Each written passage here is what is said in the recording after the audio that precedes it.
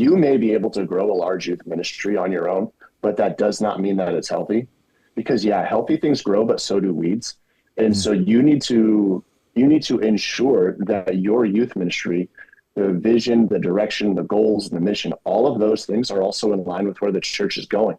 So the 5 vitals, if you're going to apply those, and that's going to be the lens in which you are looking through for ministry moving forward, the verbiage may be different from the vision of your church, but as you present these vitals and as the mission and guidelines, and values of your youth ministry moving forward to your lead pastor, just ensuring that there is an alignment there, because God blesses things that are unified, right? And good. So the Lord's going to bless that. And also you want to ensure that when my senior graduates, or when my current 7th grader graduates, in 5 years from now, that they are already in a ministry that is going to be handed off well into the next stage of their walk with Jesus in their local church. You don't want things to look so completely out of pocket that it's they almost get spiritual whiplash when they step out of youth ministry.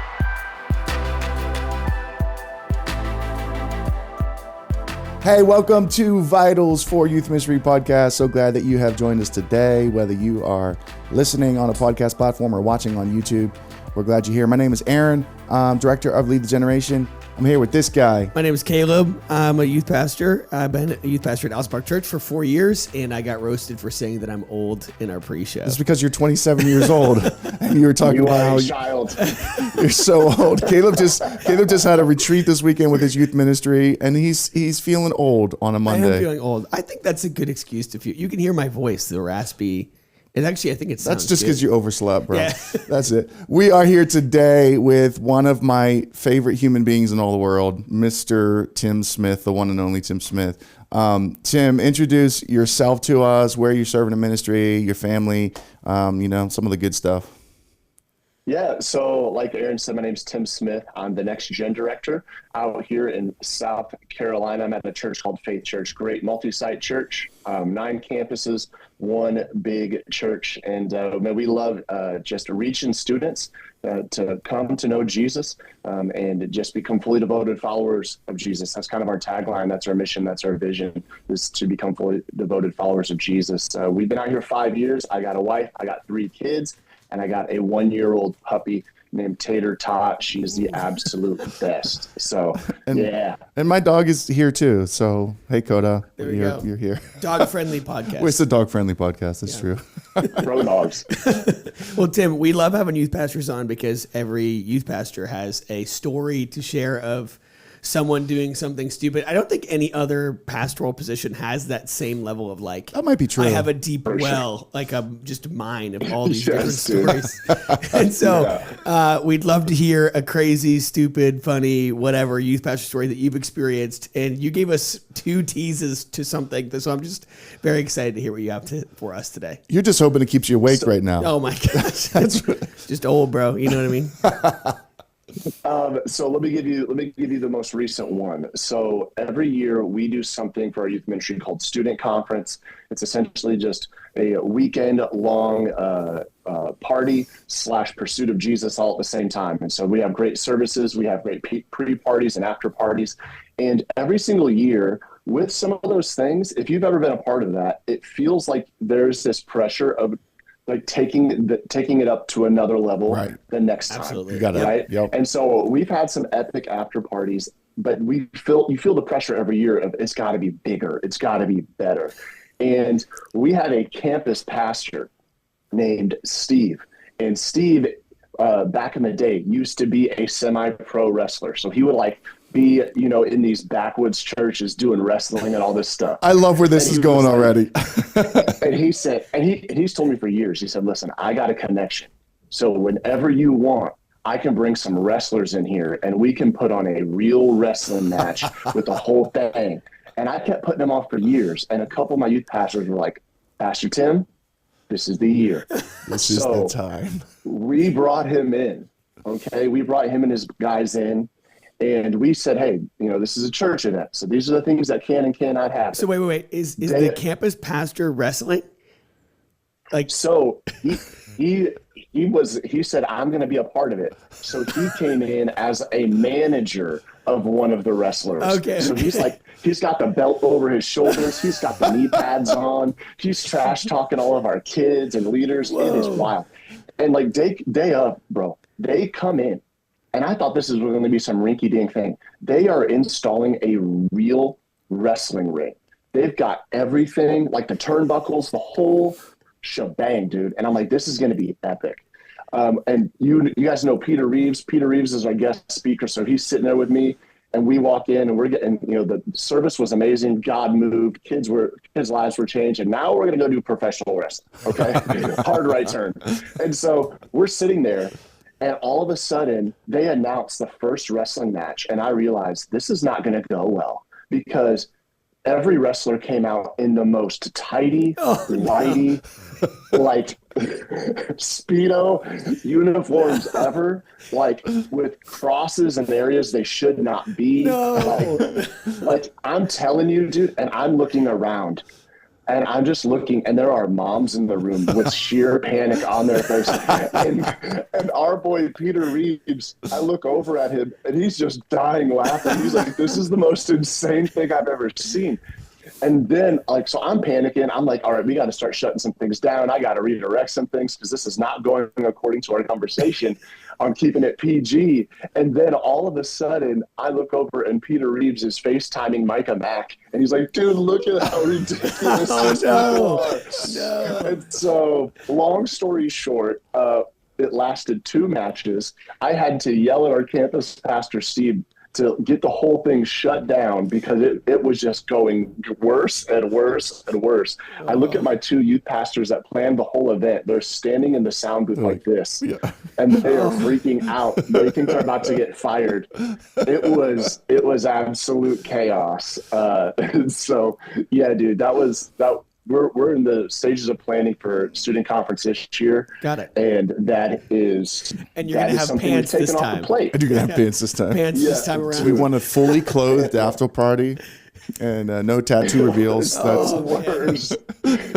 Man, I think every youth pastor knows that feeling of like, we have to be bigger, we have to be better, which always does lead to something where it's you've done yourself a favor now, Tim, because now that you crossed the line, like you didn't just cross the line, you just sprinted past it, basically. Yeah. Now body slammed it. You pretty much body slammed the line with the Speedo on. we did the people's elbow to it. So now it's easy because you can just bring it way back down. Like the pressure's off. Like anything is good now. Sometimes as a youth pastor, you have to cross the line to know where the line is again. Exactly. How do I know where the line is unless I cross it every once in a while? Yeah, it's exactly. Good. We defined the line that night. This falls under like that classic youth pastor motto, like it's better to ask for forgiveness than permission. Like, absolutely. Which is not a good philosophy to do ministry by the way. We don't endorse that. That's not one of the vitals? No, it's not one of the vitals.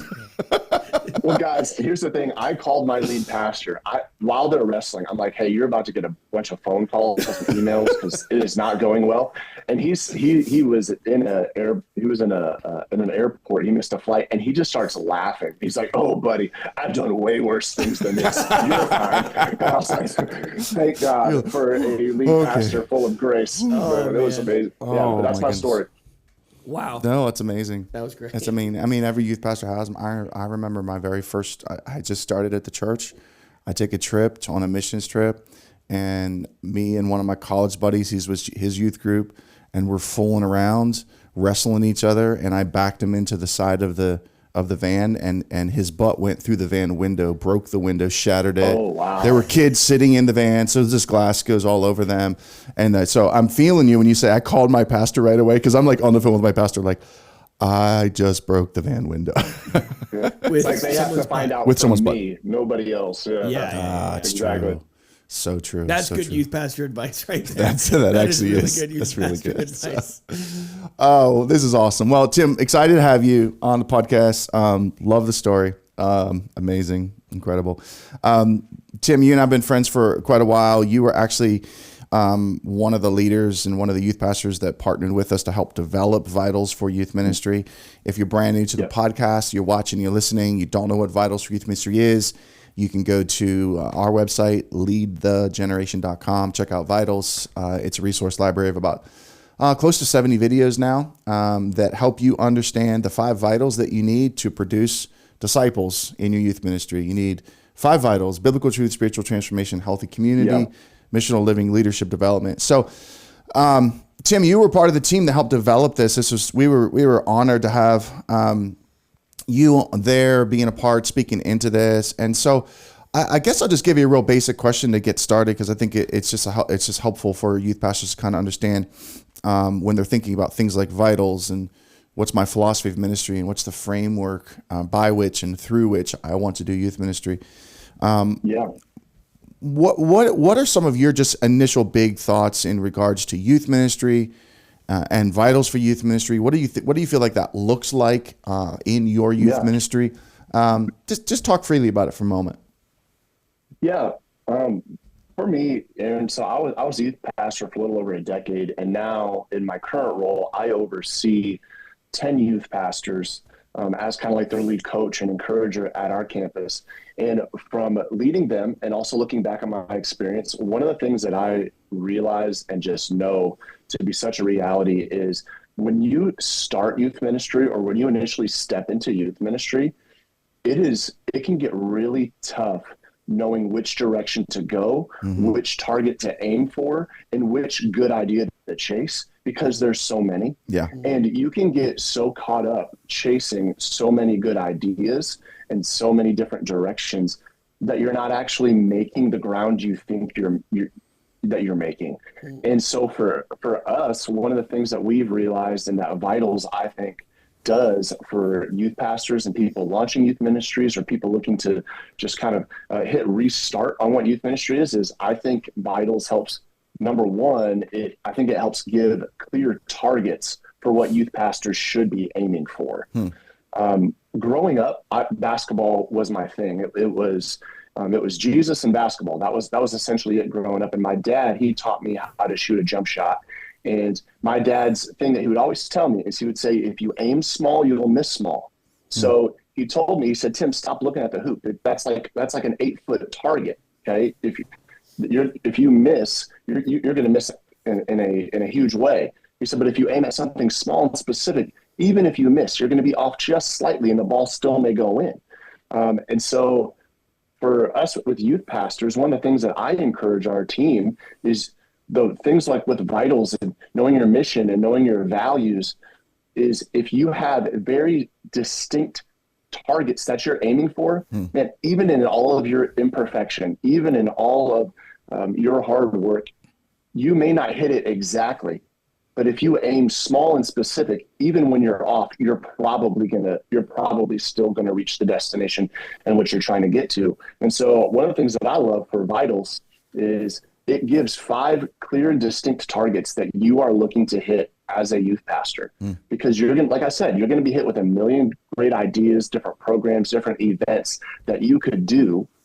But if you are looking through the lens of, these are the targets I'm looking to hit, man, you are going to be accomplishing something great for the kingdom week in and week out. And so I think it helps. Number one, it helps give a target. Number two, I think it helps give guardrails. Guardrails are a beautiful thing. Like I think driving down the road, they have those on the highway. They have the metal guardrails that are along each side. Those things will keep you from veering off into chaos, veering off into danger. And for us, we have a motto at our youth ministry is keep it simple. As we're busy and we do a lot of things, but we keep it simple. We've essentially said that if there's an idea, if there's a program, an event, an initiative that is not accomplishing our vision, that's not accomplishing those vitals, we don't do them, because those things act as guardrails and keep us from veering off into obscurity, veering off into just being overly busy, being overly extended, all of those things. They keep us on mission. And then finally, they help act as a GPS for us, because you could drop me right now, Aaron, in the middle of the wilderness of Washington State, which sounds beautiful. I've heard like the mountains and the trees are amazing. You could drop me off there. I know my address here in South Carolina. I know the destination I want to get to. I would have no idea how to get there if I don't have a step-by-step process on how to get back. Yeah. And we all know in youth ministry what the destination is. It's making disciples of Jesus, of the next generation, right? We know where we want to go, but how to get there is a whole nother story. Yeah. And so for us, we utilize things like vitals and our missions and our values to help us understand the step-by-step process. So they act as a target, they act as guardrails, and they also act as a GPS system for us to know the step-by-step process and where we want to go. Yeah. I love that. That's so good. Yeah, that's so concise. Yeah. So if there's a youth pastor who's starting, because even like, okay, it is like, man, the worst thing that can happen is you're doing all this work and you're like, are we even doing anything that's moving us forward? Even though you could be chasing ideas that feel good, not having like the end destination really can make you just end up missing it. Of the 5 of the vitals, are there one that you feel like is one where everyone should start, or maybe like the beginning one that you think like this is where you need to get things moving? Or like, which vital were you thinking about when you decided to do WrestleMania as an after? No, I'm sorry. I think that was missional living. Yeah, I would say don't do that to me. Honestly, for us, one of the big things, Aaron, and this came out of a conversation, I think even before vitals became a thing. I think God was already stirring the idea of vitals in you. But you and me had a conversation a few years ago, man, about what are we preaching about? What are we teaching about? What are we discipling with our kids? And I know the vital that you have landed on within vitals is biblical truth. But you made a statement that has stuck with me for forever. And you always talk about preaching to the root, not the fruit. And so for us, we changed our entire sermon calendar and how we do small groups here based off of forming everything off of biblical truth, not just feeling the need and feeling the pull to just do things, to preach things or to teach things according to what culture is saying, or the fact that, hey, it's February, so we have to do a relationship series, or we've got to do this. It's no, like, we're going to preach the word, and we're going to let God's word transform our hearts and our lives. And if the root is transformed, the fruit will be transformed, right? And so for us, like the very first of the vitals that we really leaned into was biblical truth, because for us, we were always preaching the Bible, but it was through the lens of a topic.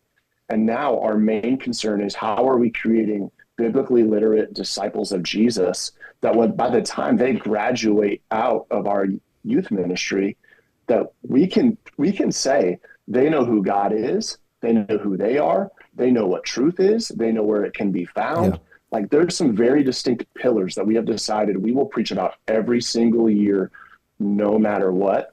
And for us, that was the biggest shift. And it's actually like really changed the culture of who we are, and everything else is just looking, number one, through that lens. Yeah, it's really interesting. We've had a lot of people talk about that similar idea of like preaching to the root and just not the fruit. Yeah. I forget what one of them said. He was talking about like preaching for behavior modification, switching that to make it something that's gospel centered. Sorry, my voice is insane. When it comes to small groups, though, I'd love to dive into that. How have you noticed, or how have you changed your small groups to be something that reflects that vital of biblical truth? How has it differed from before you made that something that was so important to what you're doing? Yeah. So number one, like, a way to properly handle small groups is you need to make sure that you are training and equipping your small group leaders to first handle those conversations and not just hand everything over. But they need to understand they're not preaching a sermon, that this isn't their opportunity to stand on a soapbox, but this is actually the opportunity to facilitate conversation amongst students that's based in a biblical worldview. So some practical things that we have done is we've just really stepped up our training with our leaders on what it looks like to lead a group, how to lead conversation, how to be prepared and in the word and bathed in prayer ahead of time. And so it puts a lot of the pressure and the onus on our youth pastors to be equipping well ahead of time, not last second, and there's great things that exist, like Right Now Media and things like that. but not just tapping out and saying, I don't got to work on this. I'm just going to outsource it to something else and hand off curriculum. But we're really setting our leaders up to own it and lead it well.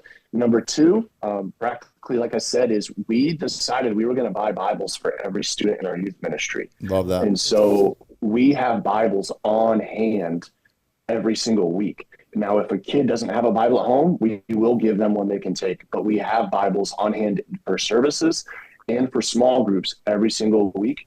And we even tell them, like, turn to page 100 and whatever. And cool. This is who, and we remind everybody, this is who the author is, this is who the audience is, this is why they wrote it, all of that kind of stuff. And so we're constantly looking through the context.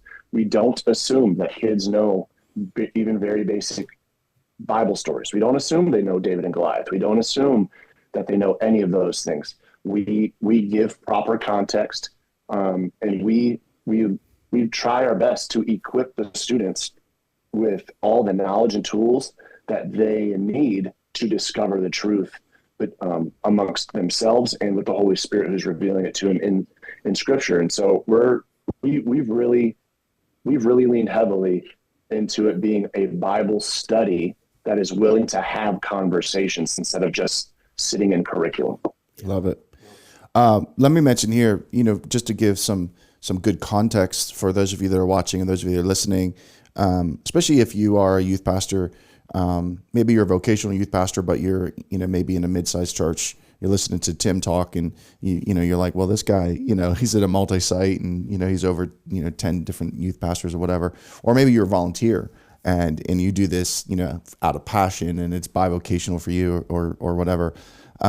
One thing that I'd love to celebrate here is that Tim and his youth pastors in their church, Faith Church, have donated probably close to 2 years worth of their sermon series that he's referring to right now. And they're on our website, leadageneration.com, under the resources area, and they're absolutely free.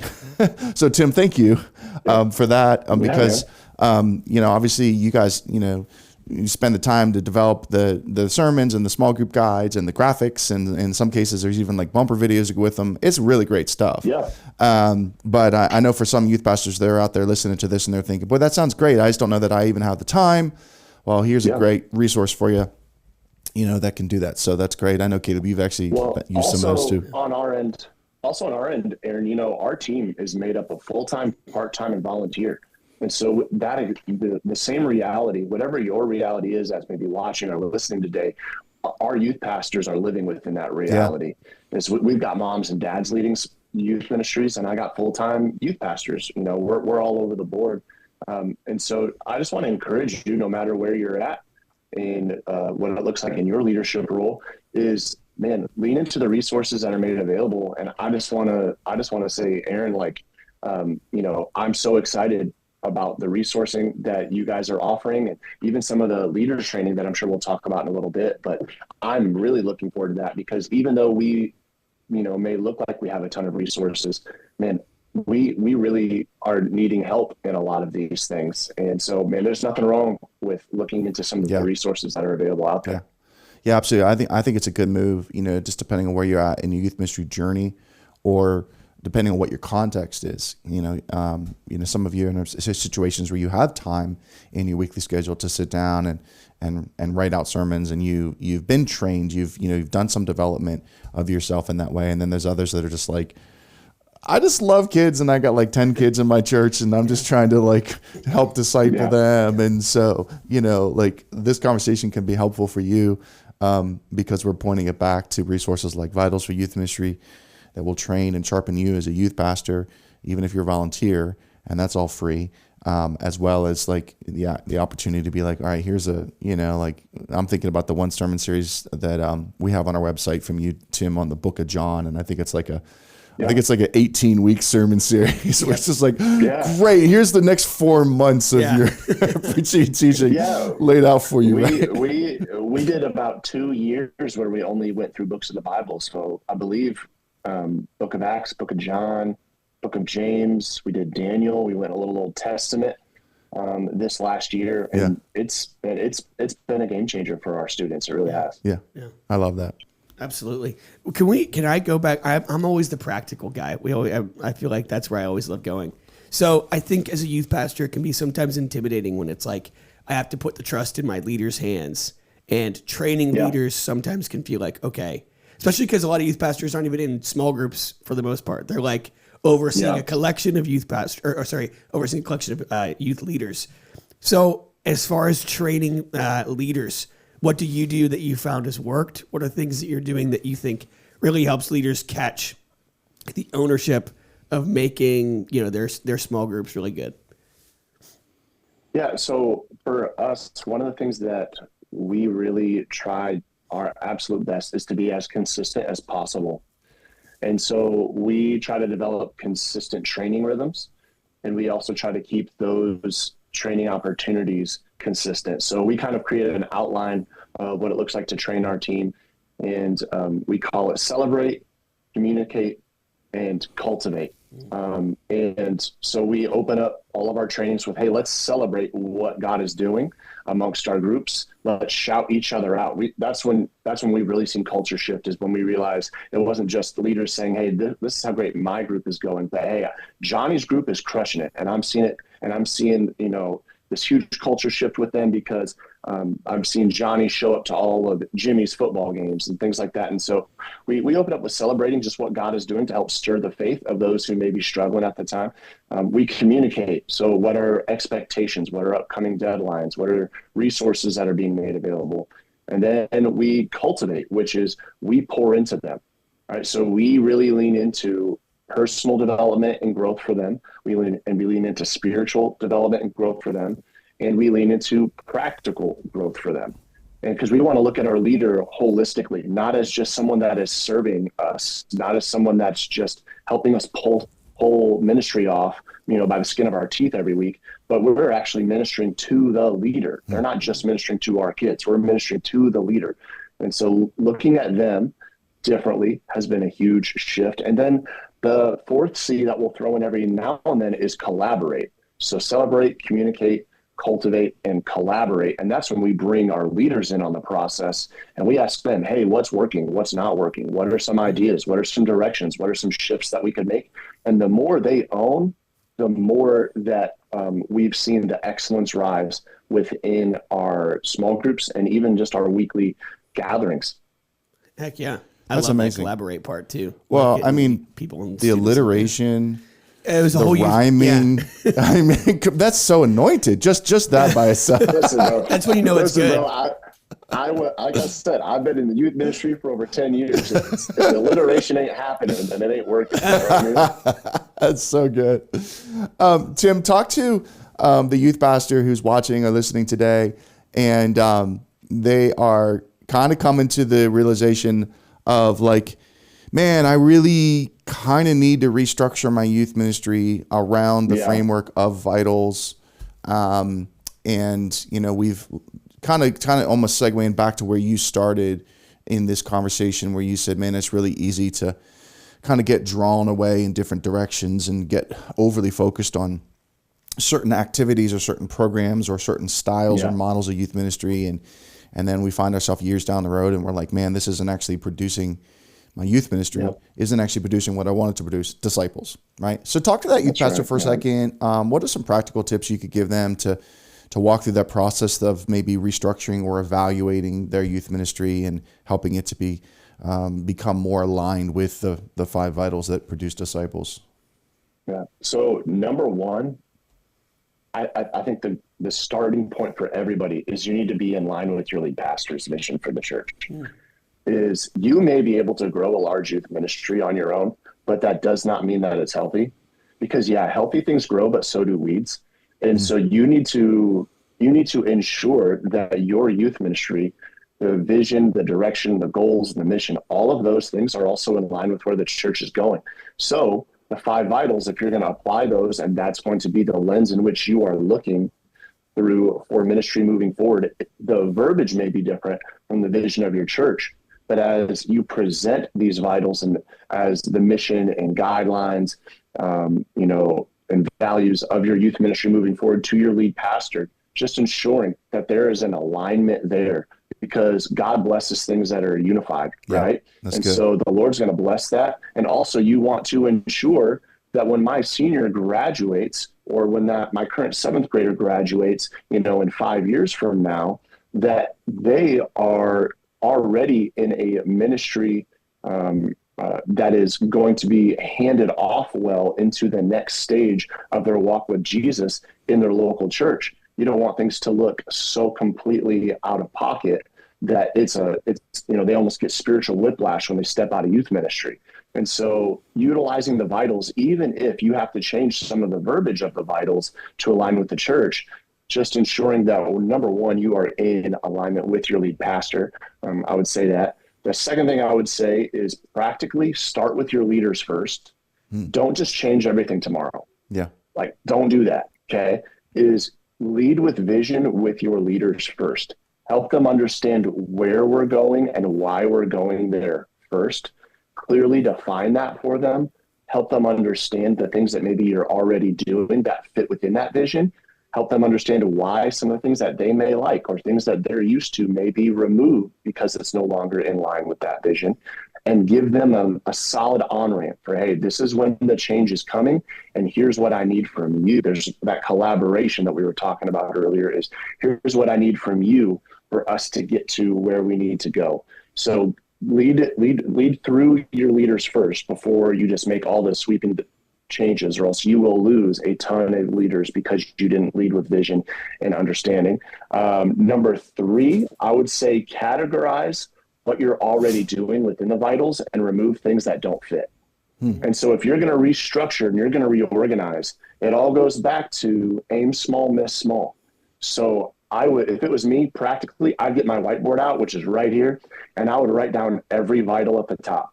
And then I would just start listing off everything that we do, and I would place it underneath a vital. And then I would create an other category. And if something is an other, I would prayerfully consider just eliminating it from my ministry. It may be good, but it doesn't mean that it's God. You know what I mean? It doesn't mean that it is exactly what you should do. Not every good idea should be held on to. And so just keep it simple, aim small, miss small, only do the things that are accomplishing the mission and the vision of what you have. And then finally, I would say vision drives calendar and budget. So once you categorize all of those things, then you got to think through, all right, my next 12 months, how are these things flowing out through our ministry in a way to where I'm not just filling my calendar now with a million things, but I'm strategically utilizing my calendar and my budget, no matter how big, no matter how small that it is, to follow vision. Vision should drive your calendar and drive your budget. And so very practically, those would probably be the first 4 things I would do. Tim's taking us to school today, bro. He is. That's so good. I was thinking for youth pastors who are feeling intimidated or overwhelmed, it's like those are a few really simple, easy steps that they can start to take. And it will allow you to stop having to work as hard to reach things you're wanting to get to when you have that strategy philosophy that's taking you where you need to go. I love that it does that, where it's like it kind of catches itself, because we know these vitals are proven. We know that these things work. And so when you build around it, it's not about striving to make things happen. It's just about doing what God's calling us to do and submitting to that process. And I love the fact that you're coaching us, Tim, to start with, making sure we're in alignment with our senior pastor, with our lead pastor, as well as then start the process of understanding and teaching vitals with your immediate adult leaders. Because sometimes we'll get that backwards, and we'll do your last step, which was like get the whiteboard out and organize everything. And then we're like, cool, we're gonna axe all these ones that don't fit. And then when we do it, if you do it out of order, then what happens is your pastor or your leaders around you are like, what is happening? What's going on? Exactly. And they don't have any buy-in. And so then you're trying to, get them up to speed in the emotion of their disappointment or their frustration with things that you've pruned or things that you've cut. So, I appreciate your answer and just how systematic and the thought process is for that. I guess another question I have for you, Tim, and again, I just know that this is a sweet spot for you. Like you mentioned it earlier in our conversation about taking time to plan your calendar specifically related to preaching and teaching, right? So, I guess I'm gonna give you like a two-part question, and you can answer it in whatever order you want. Like, so one, tell us what you're doing now. Tell us what an annual year roughly looks like now for you, because I think that could be really helpful for youth pastors to kind of like get inside your head, like the way you think about your annual preaching and teaching calendar.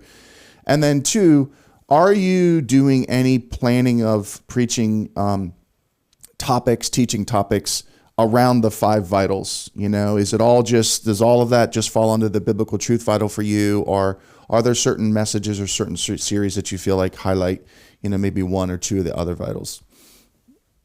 Yeah. So for us, we literally, like, this is kind of crazy. While you were talking, I had to pull this up. I just met with some of my student pastor captains 2 weeks ago, and we were literally wrestling with, all right, what does a consistent sermon calendar look like for us? And so we broke it into 4 quarters is where we landed. Is every year we are going to have 4 quarters. The first quarter, January through March, is we are literally asking the same question every year. So who is God? So that could be, we're talking about the Trinity, the life of Jesus, the Holy Spirit.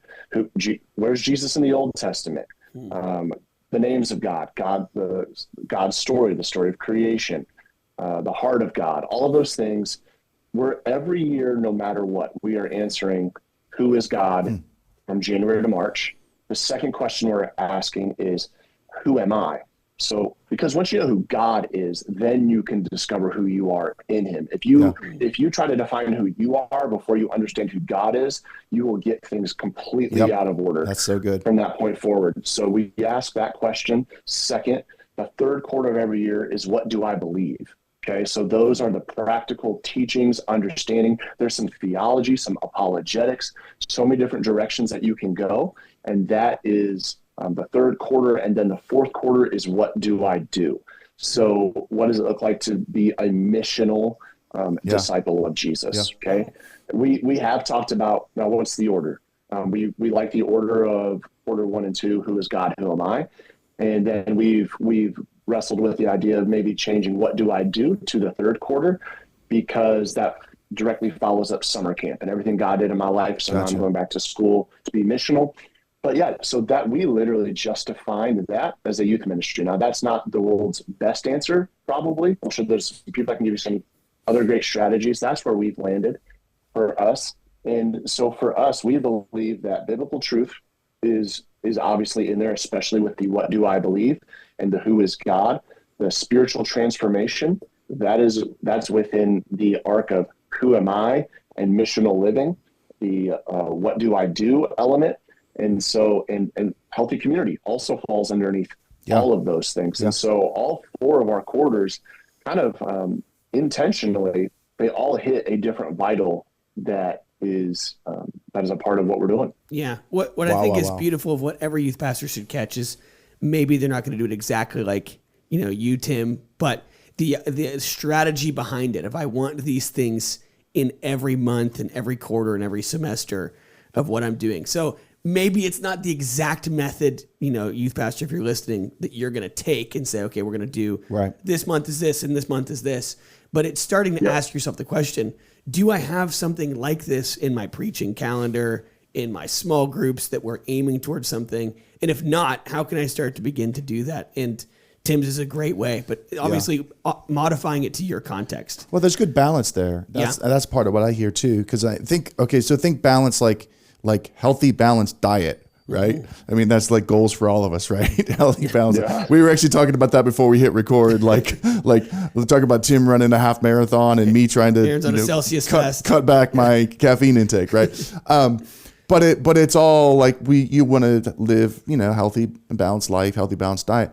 Discipleship, falls into that model quite a bit too, right? So if you don't have an intentional strategy as a youth pastor, a youth leader in your youth ministry, regardless of size, if you don't have an intentional strategy for, that goes along the line with what Tim just said, what you will most naturally do as a leader is you will lean on your preferences or your areas of passion. Yep. Right? That's right, man. And so you'll be like the youth pastor who's like, it's all apologetics. It's all just, do you know what you believe? Or you'll be the youth pastor that's like, it's all about community and love and grace and relationship. or you'll be the youth pastor that's like, it's all about just your prayer life and Bible, Yeah. And so you end up, very unintentionally, mind you, we end up producing disciples that are just incomplete, I guess is a good way to say it. Like their diet is incomplete as a result. Absolutely. Yeah. Have you been through, did you go through that phase, Tim? Yes. And I'll tell you, like for me, it literally probably took at least 5 years for me, because I struggled with, I felt like I had to be an evangelist. I didn't understand. Like I thought every week was an evangelism outreach every single week. Yeah. And I felt the pressure to have as many people in the room as humanly possible and have as many hands raised as possible.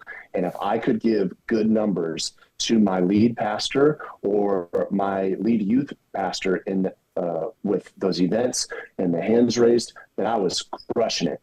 And there are seasons and there are times when God will say, hey, this is a season where we're going to, maybe lean more evangelistic, or we're going to lean more discipleship, whatever. But man, I realized I was raising up a group of students and saying, go be world changers, reach the lost, da, da, da. And then I'd watch them graduate and I would ask myself, was I asking lost people to reach the lost? Wow. Because I don't know if I actually had them digging their roots down deep in totally understanding who the Lord is, who they are, what it looks like to live a lifestyle fully submitted to Jesus Christ. And there are seasons where the Lord is going to have you lean into certain things or have a certain bent. But my bent was evangelism, which is great for an evangelist. Yeah. But for a local youth pastor, my job is to develop fully devoted followers of Jesus Christ. And evangelism is an outgrowth from that. It's not the priority. And so for me, it took way too long to see what I needed to shift. I'm saying because I did the same thing. Yeah. I'd take my kids to the camp or the retreat, the convention event, and I would listen to, that guest speaker or that youth evangelist preach, and I'll be like, that's it. And that's who I need to be like. And that's what I need to model my youth ministry after, this kind of environment, this kind of, production, this kind of preaching. And that was my target. That was what I went for. And I got stuck in that rut way too long. In probably my first 5 to 7 years as a youth pastor, that was just all I was focused on. Yeah.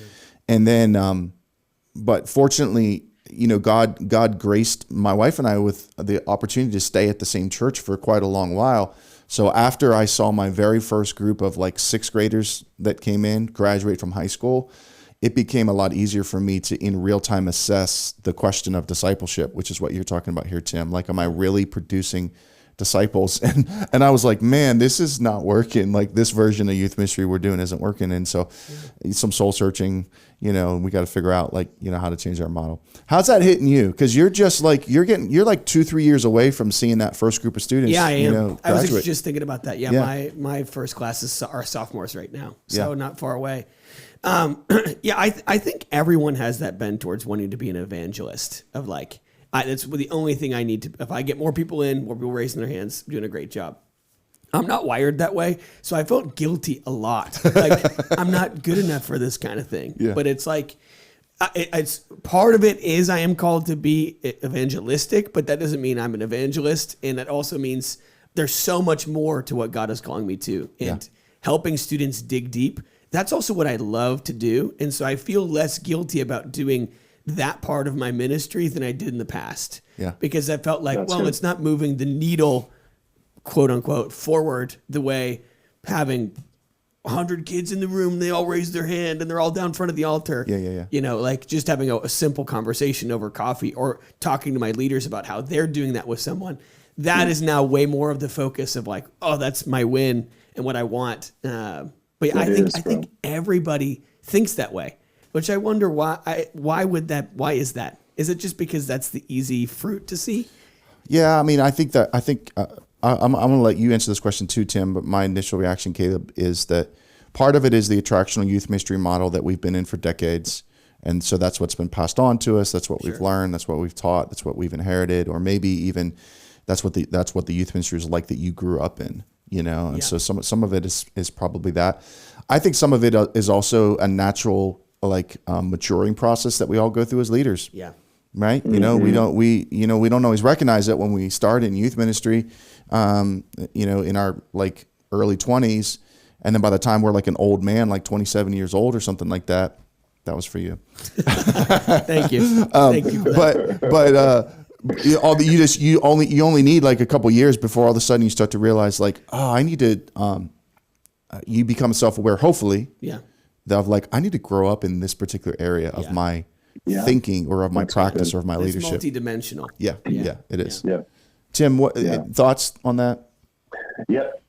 For me, my entire life, I mentioned earlier, sports is so much of the value that I didn't realize I was placing on myself was based off of the accomplishments in which I was a part of. Yeah. And to be just completely transparent, guys, I wanted to utilize numbers, size of a youth ministry, outreaches, events to validate why I have the job that I have.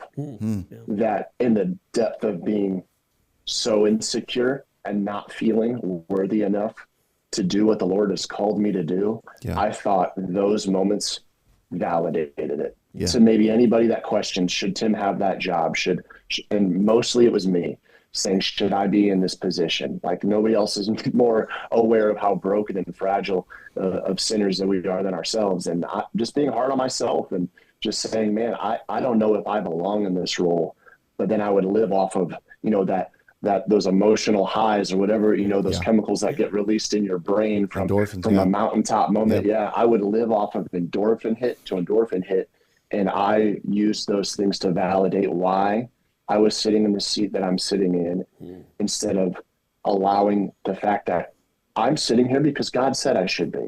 Yeah. And he's entrusted me with these kids. And so once I realized that I could lay that down at the feet of Jesus and pick up what it is he's actually wants me to carry in this role, it freed me up so much to say it's about raising up disciples, not about validating my job. Yeah, it's so good. That's really good. I love it.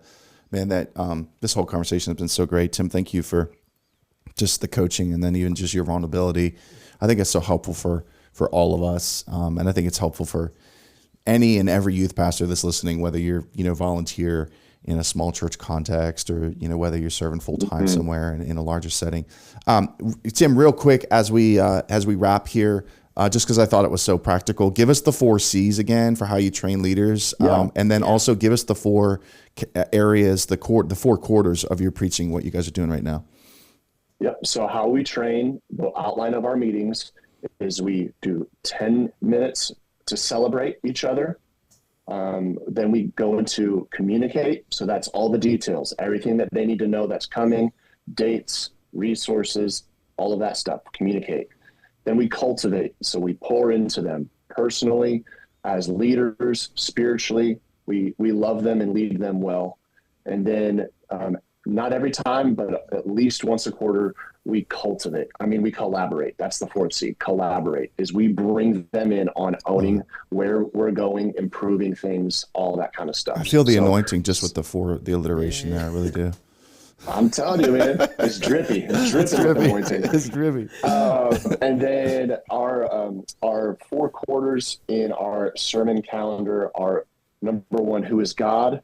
Number 2, who am I? Number 3, what do I believe? And number 4, what do I do? So those are just such big umbrellas that obviously every single year you can preach entirely different sermon series. Yeah.